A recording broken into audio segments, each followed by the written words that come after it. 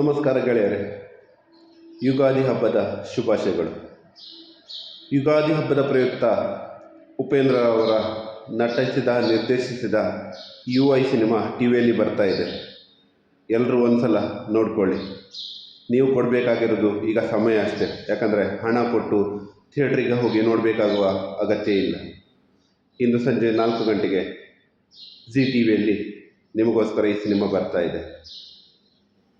ನಾವು ಸಿನಿಮಾ ನೋಡಿದರೆ ಇವನಿಗೇನು ಲಾಭ ಅಂದ್ಕೊಳ್ತೀರಾ? ಈ ಸಿನಿಮಾ ಸಮಾಜದಲ್ಲಿ ಒಂದು ಕನ್ನಡಿ ಇದ್ದಂತೆ.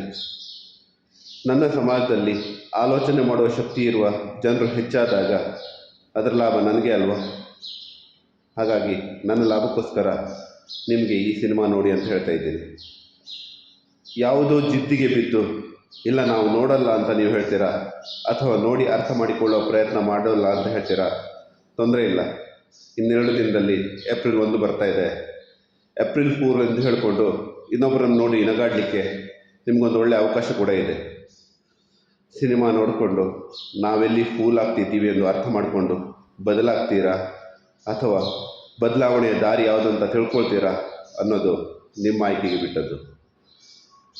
ಎಲ್ರಿಗೂ ಯುಗಾದಿ ಹಬ್ಬದ ಬೇವಿನ ಕಹಿ, ಬೆಲ್ಲದ ಸಿಹಿ ಎರಡು ಅರ್ಥ ಆಗಲಿ ಅಂತ ಆಶಿಸ್ತೀನಿ.